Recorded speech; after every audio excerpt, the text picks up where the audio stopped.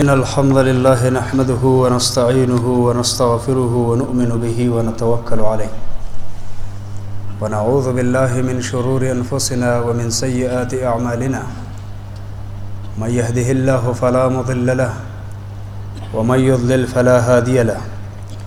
وأشهد أن لا إله إلا الله وأشهد أن محمدا عبده ورسوله أما بعد فأعوذ بالله السميع العليم من الشيطان الرجيم بسم الله الرحمن الرحيم ما كان محمد أبا أحد من رجالكم ولكن رسول الله وخاتم النبيين وكان الله بكل شيء عليما يا رب لك الحمد كما ينبغي لجلال وجهك وعظيم سلطانك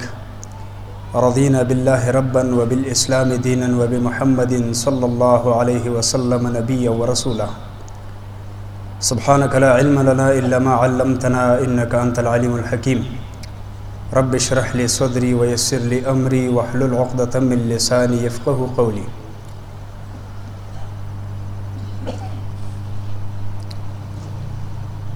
درود شریف په شوق وای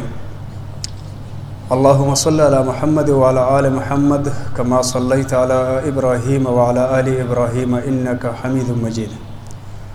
اللهم بارك على محمد وعلى آل محمد كما باركت على إبراهيم وعلى آل إبراهيم إنك حميد مجيد انتهائی قابل احترام د خالد د سیمې معززینو سپینګیرو مشرانو کشرانو علماء کرامو قاریانو ځوانانو او انتهایی مکرمات او محترمات خویندو میندو دیزو کې د فهم قرآن کلاس د تیرو څلور ورځو نه روان دی په مختلفو موضوعاتو باندې علماء کرامو خبرې کړي دي لیکن د نن موضوع زه به دا ووایم چې دا زما خوش قسمتي ده چې نور موضوعات داسې دي چې د هغې تعلق د حالاتو یا د احکامو یا د متعلقاتو د شریعت سره او د نن ورځې موضوع چې دا نو د هغې تعلق د ذات د جناب محمد رسول الله صلی الله علیه وسلم سره دی نو این سعادت بزور بازو نیست تان بخشت خدای بخشنده دا زما د فار ډېر لوی اعزاز دی چې په دې موضوعاتو کې د رسول الله صلی الله علیه وسلم د ذات ګرامی په حواله سره نن موږ خبرې اترې کوو عرب یو شاعرو د نبی صلی الله علیه وسلم د صفتو د هغه د سیرتو د هغه د مدح د هغه د منقبت او د شان په حواله سره مسلمانان خو سکه چې ډېر غیر مسلمو خلکو هم په هغې کې خپله حصه ادا کړې ده او د الله د پیغمبر چې کوم شان دی نو هغه یې ذکر کړی دی او یو عرب شاعر وایي ما ان مدحت مقالتي بمحمد ما ان مدحت محمدا بمقالتي ما د خپل وینا او د خپل شعر یا د خپل تقریر په ذریعہ د رسول الله صلی الله علیه وسلم د مدح او د صفت حق نه ادا کړي ولكن مدحت مقالتي بمحمد مخفل تقریر ته صرف دا یو عزت او سعادت وربخله دی چې پاږي کې د رسول الله صلی الله علیه وسلم ذکر مې کړی دی دا محفل او دا نننۍ موضوع دا یو ډیره حساس او ډیره د سعادت موضوع ده او هغه دا ختم نبوت او دا ځکه ضروری ده چې په مخ د ځمکه باندې د انبیاو حیثیت واحد داسې یو حساس حیثیت دی چې د هغې په منلو انسان یو ځای ته رسي او په نه منلو بلکل بل طرف ته رسي په هغې باندې د کفر او د اسلام په هغې باندې د جنت او د دوزخ په هغې باندې د خیر او د شر په هغې باندې د هدایت او د ګمراهۍ بنیاد ولاړ دی انبیاء په مخ د ځمکه باندې په دې ټول کائنات کې د الله تعالی په مخلوقاتو کې د ټول نه بهترین خلق دی او د هغوی نبوت منل دا یوازې دا نه چې د ثواب خبره ده بلکې د ایمان بنیاد دی او دا نبوت نه منل یا دا غینه انکار کول دا د کفر بنیاد ده. د انبیاء سلسله را روانه وا او مونږ چې په کوم امت کې راغلی یو نو مونږ ته د قرآن نه د احادیثو نه چا برسته ووایو او دغسې د خپلو مشرانو د سلسلې نه دا خبره معلومه ده چې زمونږ پیغمبر جناب محمد رسول الله صلی الله علیه وسلم دی. خو دا خبره کافی نه ده چې محمد رسول الله د الله پیغمبر دی، بلکې د دې نه بله یو خبره ورسره ضروري ده، هغه دا چې آخري پیغمبر دی او د هغه نه پس بل پیغمبر جوړېدونکی په دنیا کې هغه د پیغمبر په حیثیت راتلونکی نشته. دا ځکه دا خبره په قرآن کې او په حدیث کې او دارنګې چې درو د مسلمانانو په معاشره کې ژوندی ده چې په دنیا کې چې چرته هم یو لوی انقلاب او بدلون راغلی دی نو دا د انبیاء د تعلیماتو په نتیجه کې یا د هغوی د تعلیم او د هدایت د نه منلو په نتیجه کې راغلی دی. انقلاب عام دی، دا د هدایت او د اسلام او د دین چې کوم د الله په نس حق دی د هغې خورېدو ته او غالب کېدو ته هم وایي او د هغې د نه منلو په نتیجه کې د خلکو د مخ د ځمکې نه ختمېدو ته هم وایي. د موسی علیه السلام د زمانې پورې دا انقلابات را روانو چې خلکو به کله خبره نه منله الله په عذاب راوستو. د هغې نه وروسته بیا هغه الله تعالی خپل سنت او طریقه لږه بدله کړه او هغه دا و چې په هغې کې یو حکم راولېږو، هغې ته د جهاد حکم وایي. د موسی علیه السلام د زمانې نه وروسته الله تعالی جزوي طور په دنیا کې خلک تباه کړی دی، عذاب یې پرې راوستی دی، د چا شکلونه بدل کړي دي، لیکن په یو ځای باندې په خلکو باندې عذاب نه دی راوستی. او بیا دا سلسله را روانه ده د جناب محمد رسول الله صلی الله علیه وسلم د زمانې پورې. قرآن کریم چې کوم آیت کریمه مو ولوستو دا په یو داسې سیاق و سباق کې راغلی دی چې هغه مضمون سړی وګوري نو په هغې کې بالکل د دې خبرې وضاحت دی چې د الله پیغمبر محمد صلی الله علیه وسلم آخري پیغمبر دی. د نبی صلی الله علیه وسلم یو د خولې نیولی زوی و زید ابن حارثه رضی الله عنه او دا وجه دا وه چې د خپل مور و پلار قربان کړو د جناب رسول الله صلی الله علیه وسلم په ذات باندې او په حیثیت باندې د غلام جوړ شوی او بیا خدیجې رضی الله عنها واغستو، بیا یې نبي صلی الله علیه وسلم ته په تحفه کې ورکو، بیا پسې مور و پلار ګرځېده، اخر په مکه کې بیا موندو. نو نبي صلی الله علیه وسلم مور و پلار له اختیار ورکوي تاسو ته تپوس وکړئ که درسه ځي ډېره ښه ده، بالکل پیسې هم مه راکوئ، څه عوض هم مه راکوئ، خو که نه ځي په زور به یې نه بوځئ. هغه ډېر حیران شو چې یاره دا څنګه هستي ده او شخصیت دی چې غلامان خو خلک او بیا په داسې موقع باندې. لیکن چې کله تپوس وکړو نو هغه عجیبه خبره دا وکړه چې مور پلار او تره ته یې ووایي چې زه ستاسو سره نه ځم او زه د دې شخصیت سره او د دې سړي سره پاتې کېږم او ما چې د ده کوم اخلاق او خویبوی لیدلی دی نو داسې ما د بل چا نه دی لیدل.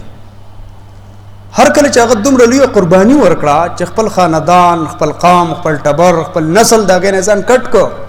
او د نبي صلی الله علیه وسلم صحبت ته او د هغه ملګرتیا یې اختیار کړه.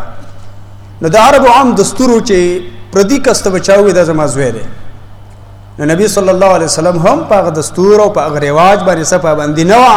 نو ده ته یې ووایي چې د نن نه پس به دا زما زوی. نو هغه ته به خلکو زید ابن محمد وي صلی الله علیه وسلم. بیا د هغه د نکاح خبره راله، د نبی صلی الله علیه وسلم د ترور لور وه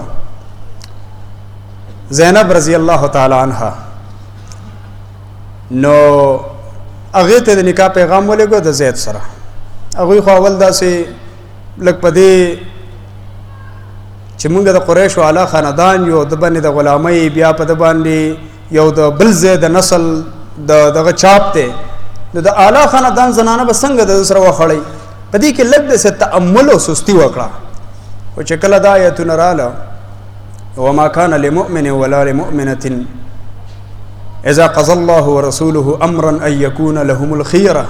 من امرهم. مؤمن دا که نارینه دی او که زنانه ده، د الله او د رسول مخې ته، د هغوی د هدایت مخې ته، د هغوی د حکم مخې ته د دوی خپل اختیار به نه چلېږي. نه بس هغوی وایي چې مونږ د الله د رسول خبره منلې ده، لیکن بیا هم هغه د کور جوړ برابر نه و. نو چې نو هغه اخر داره چې هغه آزاده کړه د نبی صلی الله علیه وسلم خواهش داو بلکې د الله منشا داوه چې د دې زنانه سره د الله د رسول صلی الله علیه وسلم نکاح وشي. خو د عربو دستور دا و چې دا خو د زوی ښځه رنګورې ده، نو په دې وجه باندې د هغه د معاشري هغه رواج کله کله داسې حد ته ورسي چې یو کار ښه حق جایز خو رواج یې سړي ته نه پرېږدي. او خاص زمانه کې د علماو په دې حال کې خو الحمدلله دا مسلې زړې شوي دي چې څوک اوس بیانوي نو خلکو ته ناشنا ښکاري. خو دا بدعات او رسمونه او شرکونه دا پخوا ډېر زیات و. دې میره کې یو سړی د درګۍ شیخ صاحب دی الله وبخي، شیخ عنایت الرحمن رحمت الله علیه، تاسو ټولې پیژنئ، دلته د خال سره خاص تعلق پاتې شوی دی. نو د هغه سبا کلک ګرځېده ټوپک مارو، دا مسلې وي د هغه وخت د بدعاتو خلاف. نو هلته اوس هم پر یې ملکنډ نه ښکته په اکثرو علاقو کې دا رواج دی چې مړی څنګه وشي نو مړي ته خلک دومره نه خپه لکه څومره چې د هغه سنبالولو ته خپئ چې لکه اوس په دې کې خیرات کوو، صابون به تقسیموو، جنمازونه او دا یو غټه لنجه کونجه خلکو ځان له کتلي. او باقاعده د دې مارکیټونه دي، د دې دکانونه دي، د دې بزنس دی چې وایي د اسقاط انتظام موجود دی او د پلاني شي انتظام موجود دی. تاسو که چېرته ځئ پېښور ته به د 400 ځای په ځای بورډونه لګولي، نو دا باقاعده کاروبار دی. نو هغه ټوپک مار چې کوم حاجي صاحب الله دې وبخي د هغه پلار مړو،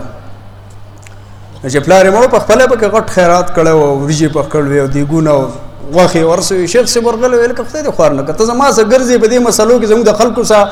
هر وخت باسونه یي او ته راسره یې او ته په خپله دا کار کوې. هغه ته وی شیخ صاحب وی ته بختور سړی وی ستا هم تربور نشتي او د الله هم تربور نشتي او مونږ مومن خلک یو، زمونږ دنیا تربوران دي، مونږ پسې خلک خاندي. نو کله خلکو ته پته چې دا خبره حق ده خو د رواج نه مجبوروي. دستور او د علاقې رسم او رواج دی حتی رسېدلی چې بیا خلک هغه کار په هغې ورته ځان شرمېږي، دا به زه څنګه کوم. چونکې د الله د طرف نه داسې ډایرکټ امر نه و راغلی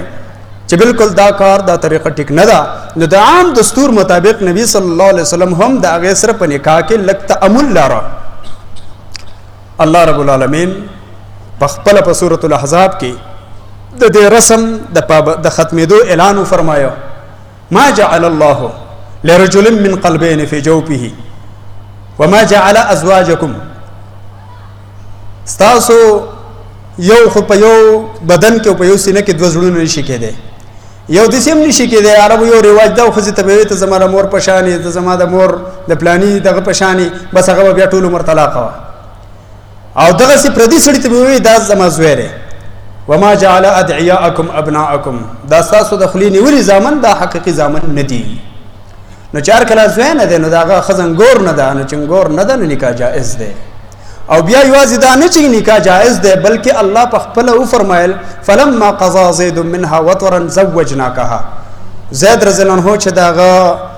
خپلې بیبي هغه کومه رغبت وه ختم شو، هغه حاجت یې پوره شو، زړه صبر شو، نو زوجناکها الله وایي ما تعالی ده په نکاح درکړه. دا واحد نکاح دی چې دا رب العالمین په خپله کړی دی. او دې وجه نه به زینب رضی الله عنها ام المؤمنین ده، هغې به په نورو امهات المؤمنین باندې فخر کو په دې خبره چې ستاسو د ټولو نکاحونه په ځمکه شوي دي او زما نکاح رب العالمین په عرش ته پاسه تړلی دی. ځکه چې الله په قرآن کې د هغې وضاحت وکړو دا د لما په نکاح درکړه. دلته مختلف سوالات راله. یو سوال دا راغی چې یاره محمد صلی الله علیه وسلم د خپل انګور سره د خپل زوی د ښځې سره نکاح وکړو. نو دې آیت کې د هغې اولنی جواب دی چې ما کان محمد ابا احد من رجالکم. محمد صلی الله علیه وسلم په تاسو نارینهو کې د چا پلار نه دی. ها د زنانو پلار دی، د نبی صلی الله علیه وسلم زنانه اولادو څلور لوڼې وې، خو نارینه اولاد د رسول الله صلی الله علیه وسلم پایدلی نه دی، په وړوکوالي باندې وفات شوي دي. نو یو خو په نارینهو کې د چا پلار نه دی چې ګینې د هغه د زوی ښځه په د باندې ګینې حرام او زیات خو زوی نه دی. نو دویم سوال راپورته کېده چې هر کله دی په نارینهو کې د چا پلار نه دی نو د ده دپاره خو ضروري نه و چې د دا نکاح کړی وی. دا خو بل چاته ویلی شو چې زه خیر دی لکه که تا چېرته یو پردي سړي ته خپل زوی ویلی او هغه د ښځې سره تعلق خراب کړی نو ته یې په نکاح اخیستی شي او دا رسم د نن نه پس ختم شو، په خپله ولې عملا د دې خبرې اظهار وکړو. نو الله وفرمایل چې ولکن رسول الله، دا د الله پیغمبر دی او پیغمبر کله کله الله تعالی په هغه باندې په خپل هغه عمل دی دپاره کوي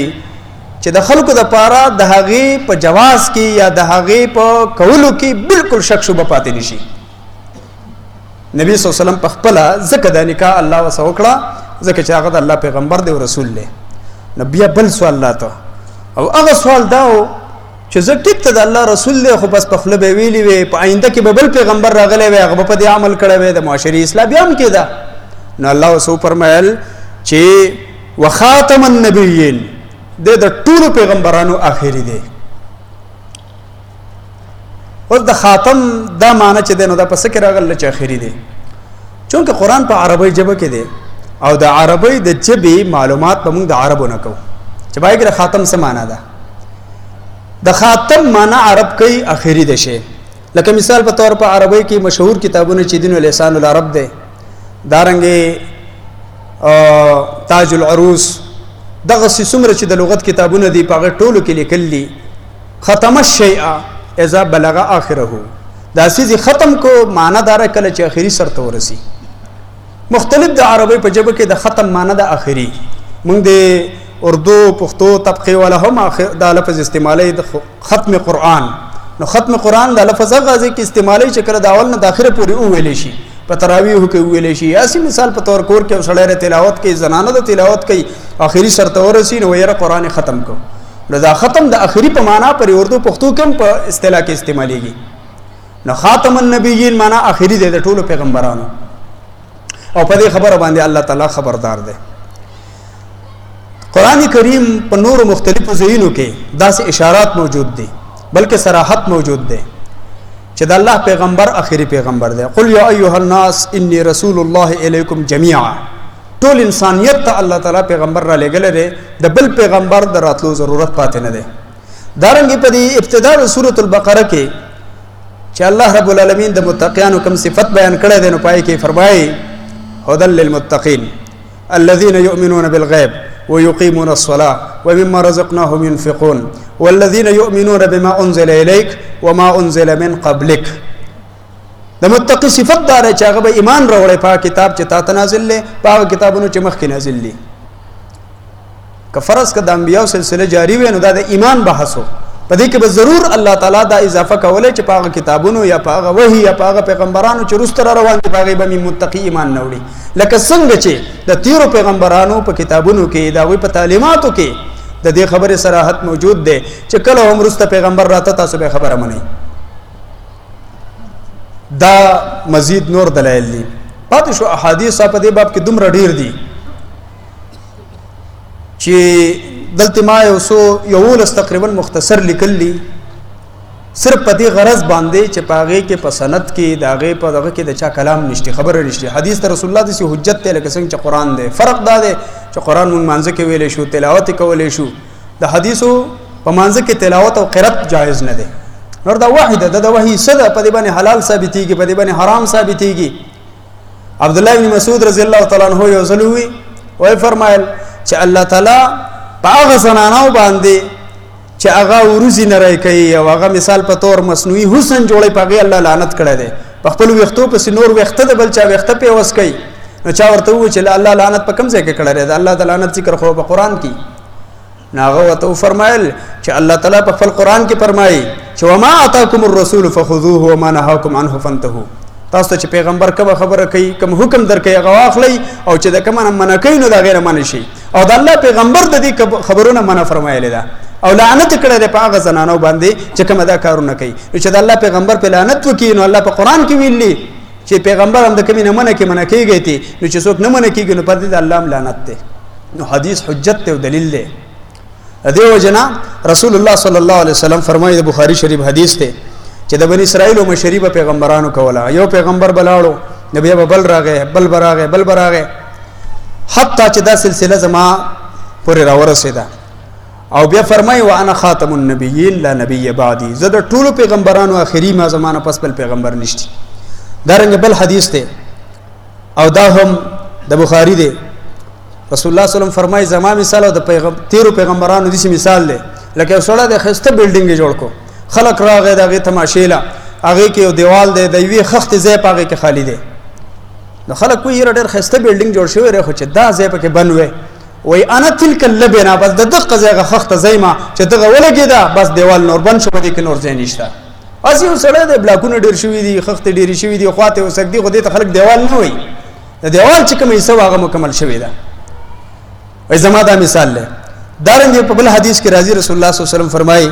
فجئت فختمت الانبیاء زرالم نو د ټولو انبیاء اختتام ما وکړو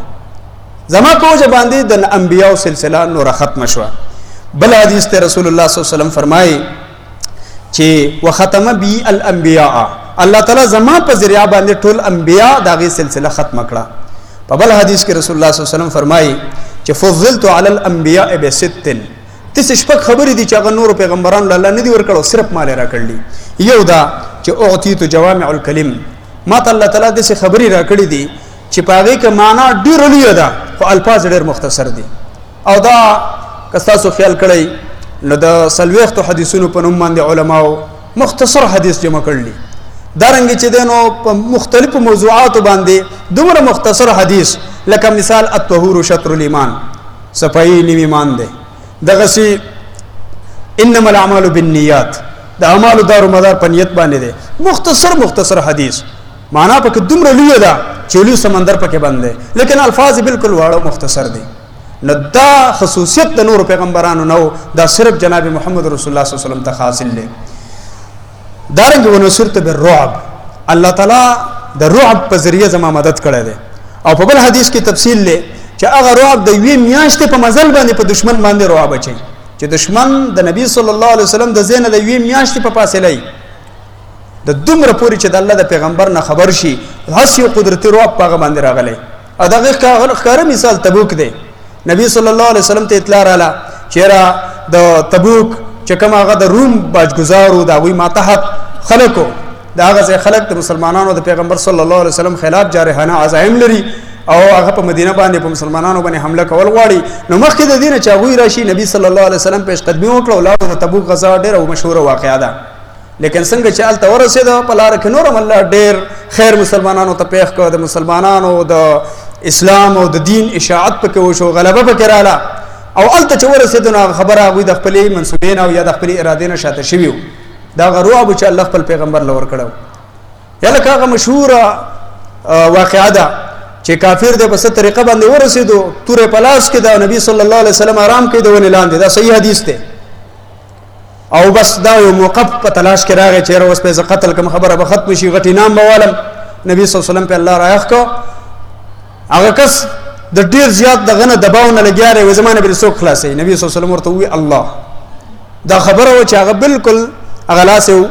پر پیدو شو تورته ول وېدا د الله پیغمبر راچته کړه اوسته آیاته به څوک خلاصي. بهرحال چونکه دا د ذات مساو نبی صلی الله علیه وسلم هغه معاف کو پرې خو دو نو دا رعب چې الله تعالی خپل پیغمبر لور کړو. او دا خود کافرو هغه رعب دی چې داغه په وجه باندې د اسلام حفاظت الله کوي. د نبی صلی الله علیه وسلم یو دشي رعب چې هغه روحاني رعب خپل ملګرو محسوسه وو. عمرو ابن العاص رضی الله تعالی عنہ وای ما د رسول الله صلی الله علیه وسلم نه چرته خسته څوک نه دلدله وای ما چرته خپل سترګې داغه په دیدار مړې کړم نه دي. ما ورته وای د ډېر رعب نه شو کته دومره رعب الله تعالی غل ور کړو. نو سرت بالرعب دا خصوصیت د نور انبیاء نو. واحلت لي الغنائم زما د پر الله تعالی غنیمتونه جایز کړل دي د په مخ کې امتونو کې نو جایز. آی کې دا و چې jihad به شو غنیمت به حاصل شو هغه به یو ډېر کې تراجمه کو او چې کله په پاغه کې خیانت نه او کله به خلکو په اخلاص jihad کړو پای په سبر اسمان نه اور راغې هغه به وسېزه او چې کله پای کې غلول او خیانت به خلکو نیت په سپانو نو هغه اور بنه راته غنیمت به د پسې پروتو. په دې امت الله لوی پر دروا چولا چې دیو ته د خپل پیغمبر د اخري پیغمبر په ذریعہ باندې صلی الله علیه وسلم غنیمتونه حلال کړه. دا د دې امت او د دې پیغمبر صلی الله علیه وسلم بل خصوصیت وی زماده ده وجعلت للارض مسجدا وطهورا ټول زمکه زماره پر جمعات ته او دا د پاکوالي ذریعہ ده. دین اسلام کې دا پابندی نشته. شیرا په کنځه کې په مسلمان باندې د مانځه وخت راغله د دې حق ته ادا کی کالته جمعات نه د دې لپاره جمعات ته تل ضروری نه دي. د په سفر کې د سړک په غاړه مونږ کولای شي د په صحرا کې بر صحرا کې مونږ کولای شي د په ځنګل کې په ځنګل کې مونږ کولای شي د په کشته کې روان ده په کشته کې مونږ کولای شي د په هوایي جهاز کې په هوایي جهاز کې مونږ کولای شي په شرط دی چې زه پراهمي ټول مختص مکه سکه چې فضا د دریابونه دا ټول د لپاره د مانزه زیره او د پاکوالي زیره چې اوبه نه وي نو دا خاوره د مؤمن دپاره پاکوالی دی. دا خصوصیت هم په تیرو انبیاو او امتونو ته نه حاصل. او بله خبره وارسلت الى الخلق کافه، زه ټول انسانیت ته رالېږلی شیم. او آخري خبره هغه دا ده وختم بي النبیون، د ټولو انبیاو د نبوت سلسله په ما باندې ختمه شوې ده. دا هغه خبرې دي، شپږ خبرې چې دا نورو پیغمبرانو ته نه وې حاصلې. دارنګې نبی صلی الله علیه وسلم په بل حدیث کې فرمایي چې ان الرسالة والنبوة قد انقطعت، پیغمبري، رسالت، نبوت دا نور ختم دی. فلا رسول بعدي ولا نبي، زمانه پس په نه بل پیغمبري نه به بل رسول راځي. د تبوک په موقع باندې نبی صلی الله علیه وسلم علي رضی الله تعالی عنہ د مکې گورنر جوړ کو، د خپل ځان په ځای پاتې کا. خلکو خبرې کولې دا نشیتلې دا پلانې دی. نبی صلی الله علیه وسلم دا غده دلجوی د پاره فرمایل و انت مني بمنزله هارون من موسی، ته زما په نس دسی لکه څنګه چې د هارون علیه السلام او د موسی علیه السلام تعلق. موسی علیه السلام تور ته تلو، هارون علیه السلام ته ویلو اخلفني، زما په ځای باندې کار کوه.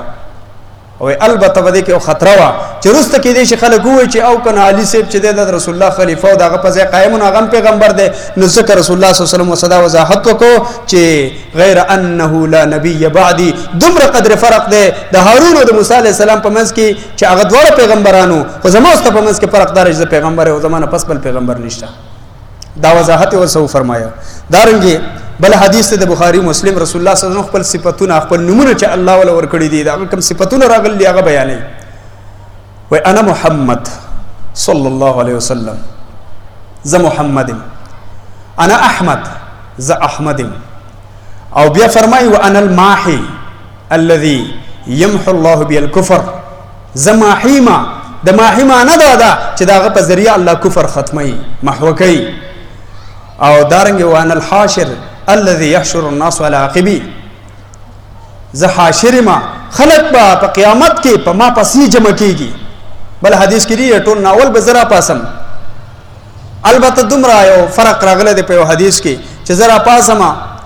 نو چې زګور موسی علی السلام به نو ماته اوس پته نه لګي چې دا به د قیامت د بیوشي نه بچو کنه، دا به د څه خصوصي هغه په دنیا کې په یو بیوشي راغلی و چې یا الله زتا ته ګورم چې الله جلوه کار کړل. موسی علی السلام به اوش شو، نو ګوره چې دا هغه بیوشي په وجه وته د قیامت بیوشي معاف کړل کنه، بل څه استثناء ده، خو صرف هغه به مخ کې نور به ټول خلق په ما پسې را پسي.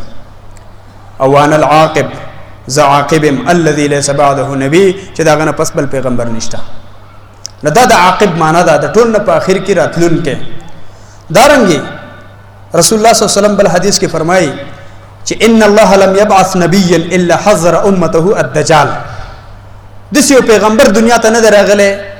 چې هغه خپل امت د یو عظیم فتنګر نه يرول نه چې هغه ته دجال ویل کېږي. خو دا غوي په امتونو کې نه راغلی، هغه بچی ویلي. او بیا فرمایي چې وانا اخر الانبیاء وانتم اخر الامم، زه اخري پیغمبر یم او تاسو اخري امت یې. وهو خارج فيكم لا محاله، وس چونکه بل امت نشته نو خامخا په تاسو کې راځي. هغه فتنه دې الله مونږه محفوظ وساتي. دې امت ته ډېری فتنې متوجي دي او تاسو ته په دې درس کې یو د فتنو په موضوع باندې هم یو درس را روان دی، پای کې به ان شاء الله تاسو دا واورئ چې رسومر فتنې دې امت ته ځکه دا بهترین امت ته، دا غوره امت ته، د دې لپاره د تیرو انبیاو امتونو بلکې حتی چې انبیاو ارمان کړی دی د دې وجه نه فتنې دې ته ډېرې زیاتې متوجي دي. بیا اخري حدیث په دې کې بیانوما رسول الله صلی الله علیه وسلم فرمایي چې انه سيكون في امتي كذابون 30، زما په امت کې به 13 پټ دروغجني. اڅه خو دروغ ډېر خلک کوي، خدا هغه دروغ نه دي، دا هغه دروغ دي چې د دې په بنیاد باندې د خلکو د گمراهۍ یا د هدایت په سلی کېږي. ځکه چې دغه دروغجن چا ومنو گمراه شو، تباہ شو، برباد شو. چې څوک نه مني هغه په هدایت ته په سیده لار باندې دی. نو 13 داسې دروغجن برازي. كلهم يزعم انه نبي، ده هر یو بدا عقیده ده به خیال چې د پیغمبر ده. وانا خاتم النبیین لا نبی بعدي، حال در چې اخري پیغمبر هم زمانه پس بل پیغمبر راتلو ولا نشته. دا الله د پیغمبر د ارشاداتو پرانا کې هغه احادیثو چې دا بالکل صحیح دي او په دې کې دا مضمون امت ته زوات کړی دی چې د الله د پیغمبر د جناب محمد رسول الله صلی الله علیه وسلم نرسته بل پیغمبر راتلون کې دنیا ته نشته. دا غي نرسته د قرآن او د سنت د دې واضحه تعلیماتنا امت علماو، فقهاو، امامانو د دین چې کوم زمونږ استوري دي، زمونږ پیشرو دي، د رستی امت ته هغوی د سبق ویلی دی د الله د پیغمبر د هدایت ورته را رسولی دي هغوی د دې په باره کې څه عقیده لرله هغوی د قرآن نه او د حدیث نه د دې الفاظو چې مثال په طور باندې خاتم النبیین لفظ دی لا نبی بعدی د دې څه مطلب بیان کړی دی ځکه د آیات ساتئ چې قرآن او سنت دا الله تعالی په یو داسې ترتیب باندې را لېږلي دي چې دا داسې نه ده لکه نن سبا خلک د موبایل نه هر شی ډاونلوډ کوي یاره مثال په طور یاره ما ډېر ښایسته تقریر واورېدو یاره ما ډېر ښایسته یو څیز دی تا ته دغه کومه دا ځان له یو فتنه راوتې ده نه به څوک پېژني نه به یې پېژني یاره زه ترې متاثر یم څه شي متاثر یې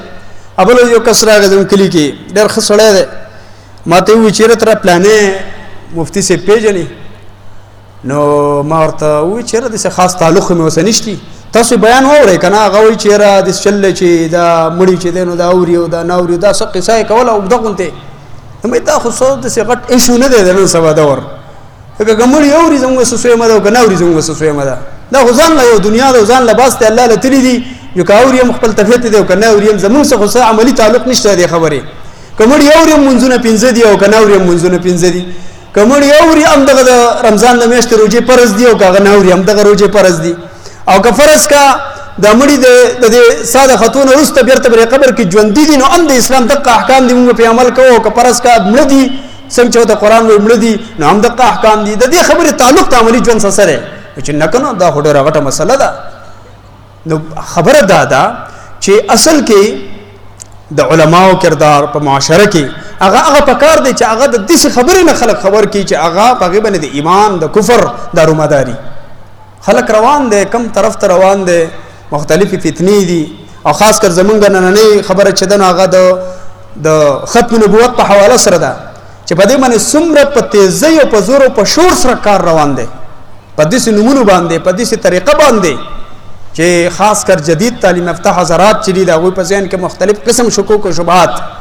دا په څه وجه باندې دا په دې وجه باندې چې کومه سلسله د هدایت ته د هغې طریقه هغه الله تعالی دا وضع کړې ده چې قرآن را لېږلی دی د هغې سره معلم د قرآن نه لېږلی دی اسې قرآن د غره په سر نه ویښی که نه دا خو الله ته اسانه وه چې دا پاڼې وې یو تختۍ وې را لېږلې وې هلکه لاړ شي په هغه غر کې ځان له خپله سټډي وکړئ او د هغې نه هدایت والی نه د هغې سره معلم او استاد را لېږلی دی نبی صلی الله علیه وسلم بېشکه پیغمبر دی بېشکه یو لوی سیاستدان او بېشکه یو لوی ماهر د جهاد او د جنګونو دنیا ته یو ډېر لوی نظام ورکړی دی خو د الله پیغمبر خپل حیثیت څه بیان کړی دی انما بعثت معلما زه استاد یم ګورئ زه معلم یم او داغه صفت په قرآن کې دا راغلی دی چې یعلمهم الکتاب والحکمه خلکو ته تعلیم ورکوي نه دا د قرآن او د سنت د دې درسونو د دې تعلیماتو سلسله دا د استاذۍ شاګردۍ سره تعلق ساتي زه خو اسې تاسو ماشاءالله د خلک ټول د قرآن نه د سنت نه خبر یئ خو دا د علماو سلسلې دا دغسې روانې د خیره سره دا ختمیږي نه دا د علماو ذمه داري ده چې سړی پوه هم دی سبق به ورته وایي یا سړی دی بلکل پوه دی خو هغه به د جمعې تقریر ته غوږ دی ځکه دا زموږ د دین تعلیمات دي اصول دي دا نو د دې وجې نه چې څومره د امت امامان دي فقها دي هغوی چې د قرآن او د سنت کم تعبیر کړی دی موږ به حقه تعبیر کوو موږ یې نن نوی تعبیر نه شو کولی امام ابو حنیفه رحمت الله علیه پر امامانو کې مشر دی استاد دی د هغه په زمانه کې یو سړی دی هغه د پیغمبرۍ دعوه وکړه امام ابو حنیفه رحمت الله علیه فتوا ورکړه او هغه سړي ته چیلنج ورکړ چې زمانه دې سړی ثبوت وغواړي زه ورته پیغمبرۍ ثبوت ورکوم نو امام ابو حنیفه رحمه الله فتوا ورکړه چې که د ده نه چا د پیغمبرۍ ثبوت وغوښتو نو هغه کافر دی وجه څه ده وجه دا چې دا یو مسلم عقیده روانه ده د مسلمانانو چې د الله د پیغمبر نه پس بل پیغمبر په هیڅ شکل کې نشته نو چې هر کله دا عقیده موجودي نو یو سړی د شل ځله وایي چې زه پیغمبر یم او شل ځله دی وایي چې زما سره ثبوت دی زما سره معجزه ده زما سره د دې چې دی نو دستاویز دی سند را سره دی دا د دې څیز نه دی که دا ته چا وغوښتو نو د ده په خپله عقیده کې اصل کې فرق راغی ده دا خبره نه مني چې ګینې د الله د پیغمبر نه وروسته نور پیغمبران نشي راتلی د دې وجه نه د هغه نه به دلیل هم نه غواړي د هغې سره سره په امت کې د ټول نه مضبوط دلیل د قرآن او سنت نه وروسته اتفاق د صحابو دی د نبي صلی الله علیه وسلم په زمانه کې یو سړی دا موجوده چې کوم ریاض دی د دې نه تقریبا داسې 60-70 کیلومترې بهر یو علاقه راځي هغه زمانه کې ورته بنو حنیفه ویله بنو حنیفه یو قبیله پکې آباده وه هغې کې یو سړی مسلمون نومې و هغه پیغمبري دعوا کړې و او رسول الله صلی الله علیه وسلم ته خط لګلو استاد به کاته کې شریک ما خو تاسو د عرب او قریش لګ زورور یې ما پکې نه مانای نور د ازمکه نیمه استاد او نیمه زما ده او خط چې لګلو نو پای کې باقاعده الفاظ داو چې من مسیلمه عبد الله ورسوله الى محمد عبد الله ورسوله دا خط د مسلمانو طرف لري چې هغه د الله بنده او رسول له او هغه چاته چې محمد دی صلی الله علیه وسلم هغه د الله بنده او رسول له نبی صلی الله علیه وسلم له جواب ورکو من محمد عبد الله ورسوله الى مسیلمه الكذاب دا لقب چې د الله پیغمبر ولا ورکړی دی نو د دې وجه نه مسلمه چې په خله راځي نو کذاب وسخه مخ راځي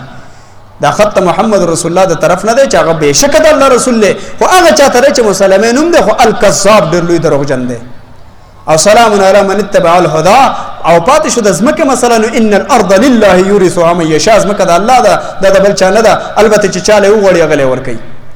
بیا د نبی صلی الله علیه وسلم په ژوند کې دا فتنه ختم نشوه لیکن د دې سرکوبه یو حکم کړو د دې وجنا د نبی صلی الله علیه وسلم د رحلت نه رسته چې کوم مهمات ابوبکر صدیق رضی الله عنه سر کړی دي پای کې ټول نه اهمه معرکه هغه د مسلمه خاتمه و پای پسې دستاو لګلا او په هغه جنگ کې تقریبا سوا صحابه کرام پای کې شهادت وشو چې دومره په تیر لس کله مدني دور کې دومره خلک نو شهیدان شوه دا د مسلې حساسیت ته او نزاکت ده او هغه فتنه ختم شوه ابو بکر صدیق رضی الله عنه د ټولو صحابه اجماع پدې پاغي کې زنانه و دغه بنو حنیفه د قبيله هغه په غنیمت کړاله هغه باقاعده وینځ جوړه شو د علي رضی الله عنه ورسېدا او دغه د بطن الله تعالی علي رضی الله عنه بچي ورکو دا نن په تاریخ کې دی محمد ابن الحنفیه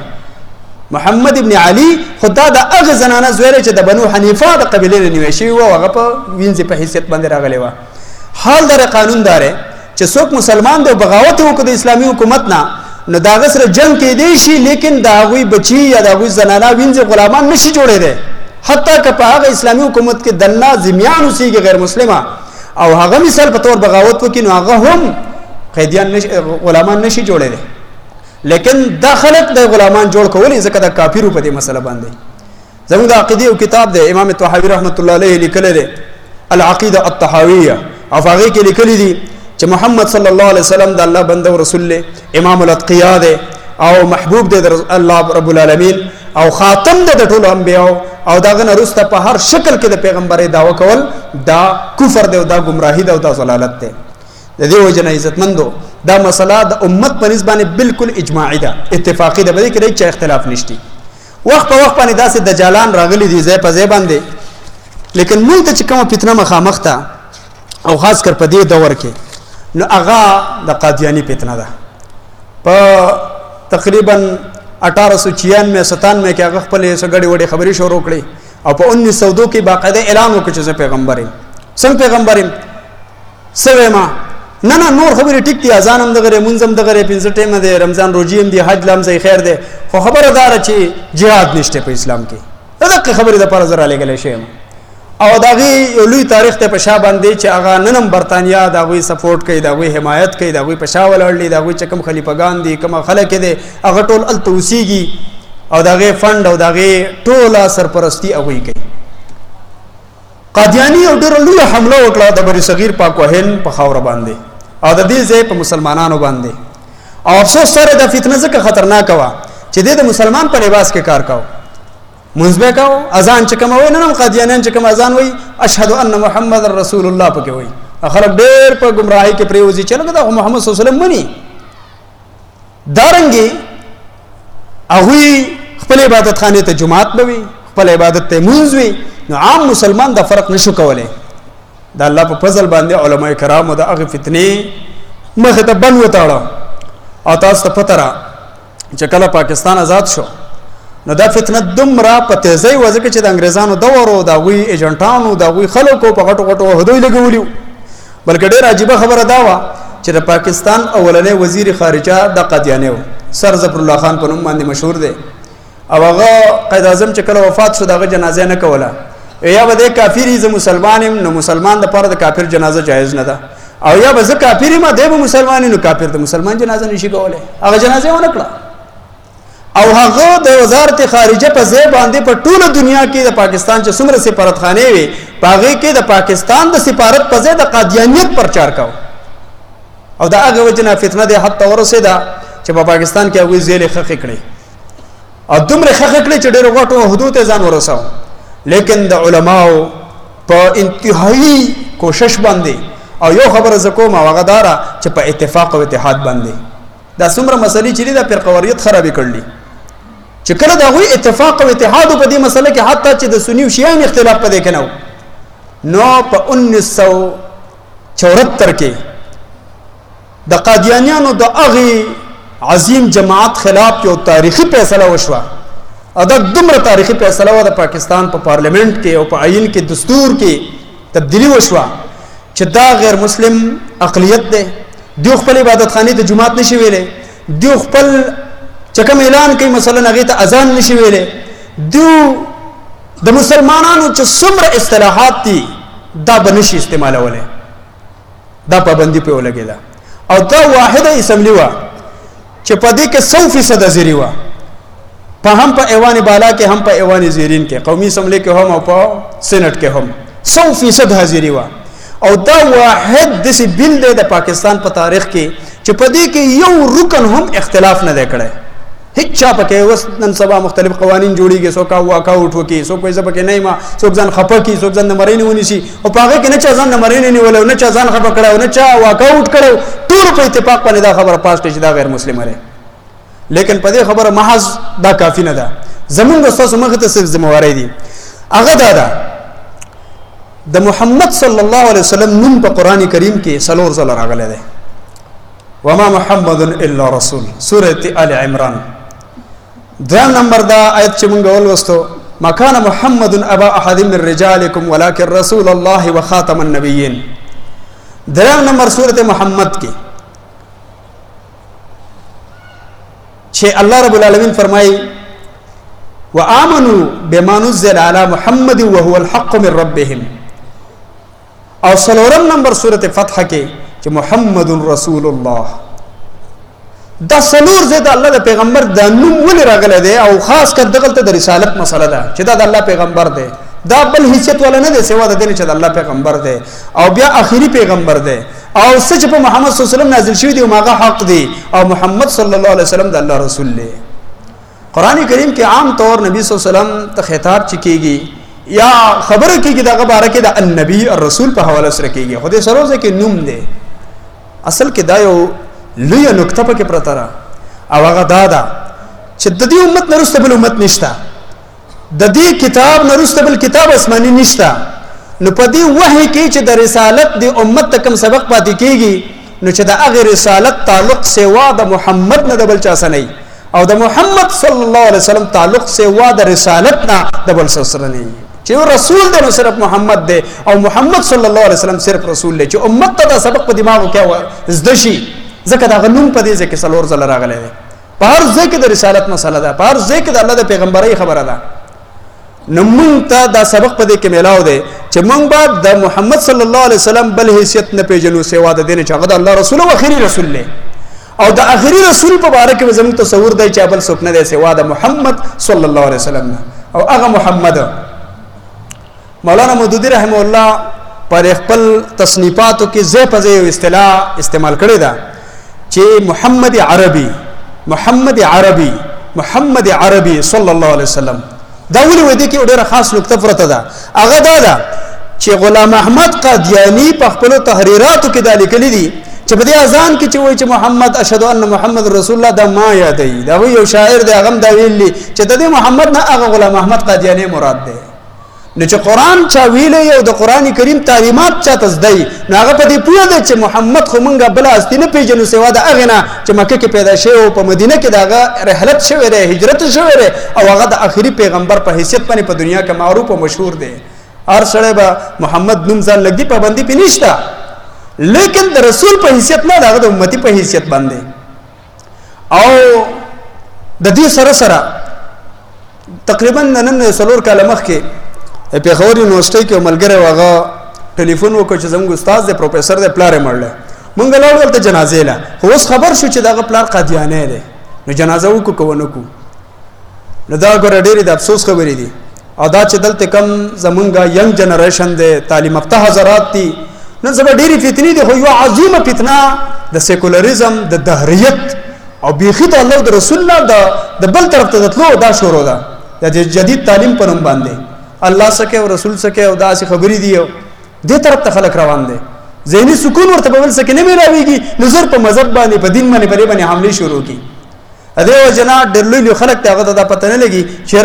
زمونږ پیغمبر څوک ته یا دغه سي حیثیت ده لیکن بل طرف ته د اطمینان خبره ده چې مدقه سه نوجوانان د دې مسلو د لپاره هغه بنیاد جوړ شوی دی د 1974 دا کیس چې کله دومره هایلایټ شو د ټوله دنیا او د مسلمانانو د توجه بیدار شو داغه وجه هم یو څو د کالج لکانو د مدرسې طالبان او علما هم نو د ملتان د میډیکل کالج لکان راتله په ټور باندې او ریوی سټیشن نه چراله نو الته قادیانانو خپل پمفلټونه تقسیمول او هغه چونکی د مولانا سید ابو العلا مودودی رحمه الله او د نور اهل علم د قران کم از کم په هم ورته حاصلو نو چې ول چې دا قادیانان دي نو الته شروع کو واپسې کې دا وسره واقعیا وشو او الټکول وشو دغه په نتیجه کې د پاکستان په آئین کې دومره غټ ترمیم او دغه وشو بدلون وشو د دې حفاظت د زمونږ ذمہ داری ده دا د ختم نبوت د موجوده دور د دې پاکستان د مسلمانانو د زمونږه فرض دي او ممکن ده زمونږ نور څه عمل له موږ کله د سین په غاړه کې کړه کله اړو کړه نه کله مثال په تور باندې جوړ کړي تراویح زمونږ دغه له جمعتون خالی تاسو نه یادو ما اس خپل علاقه خپل عام د مسلمانانو جهان یادو ما د قران سره تعلق هو کې دی شي دا د الله په مونږ ډېر لوی فضل لري چې په دې ملک کې پیدا کړی یو چې داغه په آئین کې دا خبره ذکر ده شناعتکار یو سره جوړي پرمبي چې رو باسي پاګه باندې دا خبره لیکلي چیرې زدا شهادت ورکوم چې محمد صلی الله علیه وسلم اخري پیغمبر دی او داغه نرسته په هیڅ شکل کې چې څوک هم د پیغمبري اعلان کوي خبره کوي نو هغه کافر دی هغه د اسلام او د ملت نه خارج دی دا ډېر غټه خبره ده زمون سنوري سرشتي ممکن د چې د قیامت پر ورځ الله تعالی د دې ختم نبوت د عقیدې او د دې تحفظ په ذریعہ باندې زموږ مغفرت وکړي دا هیڅ پته نه لګي په شرط دی چې موږ د دې حفاظت وکړو او په دې ملک چې دا کومې فتنې روانې دي د دې نه ځان خبردارم کو د دې مخه ته بنم وتړو خلک د غریبۍ نه تنگ دي پیسې ولا ورکوي وای مړه قادیانی شه احمدی مسلمان شه احمدی مسلمان به خیر ده خو احمد پکې ومنه غلام احمد هم ومنه نو دا خو یو فتنه ده نبی صلی الله علیه وسلم د دیر شو ذکر کړی د دې ټولو مخنیوي د دې ټولو د عقیدې نه انکار د ایمان او د ختم نبوت تقاضا ده عزتمندو پریواړی کې یو پبلک سکول پای کې پروګرام د سیرت په حواله سره بالکل ماشومانو د کے جی او د نرسری او د سیداول او د دویم ماته څه ته پوښتنه کول الکوای زموږ د پیغمبر سنم دی ډېر لاسچت کو محمد صلی الله علیه وسلم د خوشاله خبره ها مثال په تور باندې قران 50 نازل شوی دی د سنور مختلف ته پوښتنه بیا مې خاطر دې خبره جواب وسوک کی زموږ د پیغمبر نه رسته سو پیغمبران دي تاسو یقین وکئ چې هغه ماشومان واغوي اول تاسو دغه شو چې موږ جواب ورکو بیا ټول دا چل وکوي نشته دا د خوشاله خبره ده عزتمند خپل بچو ته دا سبق وایي خپل چې دنه په کور کې دا تعلیم جاری کوي چې زموږ د پاره د پیغمبر په حیثیت باندې بل هستی نشته سوا د جناب محمد رسول الله صلی الله علیه و آله وسلم نور د جهالت هم ډېر خبرې دي مولانا نقیب احمد رباطی رحمت الله علیه اساسو د دې خاورې یو ډېر لوی عالم تیر شوی دی الله دې قبر د نور نه ډکي داغه خبره به محترم صاحب کول الله دې غم د قبر د نور نه ډکي زموږ استاد محترم اساسو د خال یو ډېر لوی د علم او د فضل هستی و ناغه بدا ویلا چې رحمت مولوی سی یو ځل یو سړی شریعت نو هغه په شهادت کې راغلو ناغه داسې تاسو کړه چې وایا د نبی صلی الله علیه وسلم نورسته پیغمبران شته کنه هغه ویل چې بل حال دي ناغه ته چې خدای د خوار کته ته دا پته نه لګي چې الله د پیغمبر نورسته پیغمبران شته کې نشته پس ته شهادت کې نو دا جهالت هم ګرځته ده دیو جنا ابن نجیم یو فقيه دی هغه لیکلی دی چې کوم سړی ته دا پته نه چې محمد رسول الله صلی الله علیه وسلم د الله اخري پیغمبر دی دا کافر دی ځکه دا د ضرورت مسله ده د دین د بنیادی مسله ده لکه څنګه چې سړی خپل نوم یادي خپل کړي وته یادي ته د الله په پیغمبر په اړه کې دومره معلومات نشته ته خبر په کم ګډ کې لوي شوی دیو جنا دا معلومات اصل ول د عقیدی مسلې دي دا فرض دي دا لازم دي الله رب العالمین دې دا عقیده زمونږه دقه سي پختا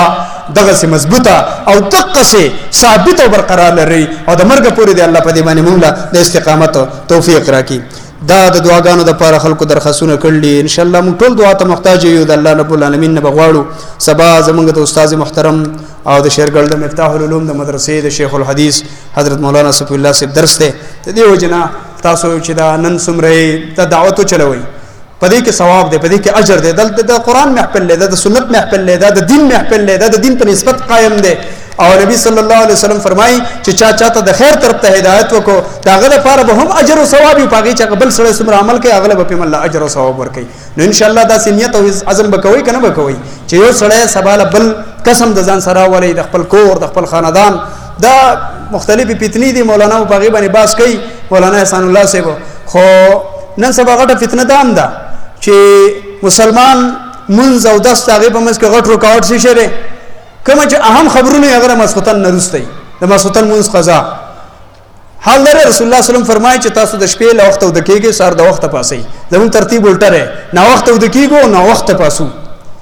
دغه چې دینو نن سبا په کې وي بل دغه دا شیشه ده میشته کې شیشه نو بس هغه چې لکه په اخر کې به ټول خلک خبر شي چې چاو غټه یا چاو بیل اخر مونږ ته به څه ملاويږي څه فائدہ پکې ده دیو جنا پرې باندې خپل اوقات بربادول پرې باندې خپل چې دینو نوجوان نسل پرې باندې امختکول د ډېر لوی تباہی ده تاسو ډېر لوی خوش قسمت یې چې په دې وخت کې په دې حالاتو کې تاسو د قرآن او د سنت کلاس ته راغلی یې الله دې تاسو د قدمونو قبول کړي الله تعالی دې تاسو د اناست قبول کړي الله دې به خبره موږ د عمل توفیق راکړي بیماران ته به دعا وکړي چې الله تعالی شفای کامله عاجله نصیب کړي الله تعالی دې پروګرام ته چې څومره خلک راغلي دي د ټولو د قدمونه د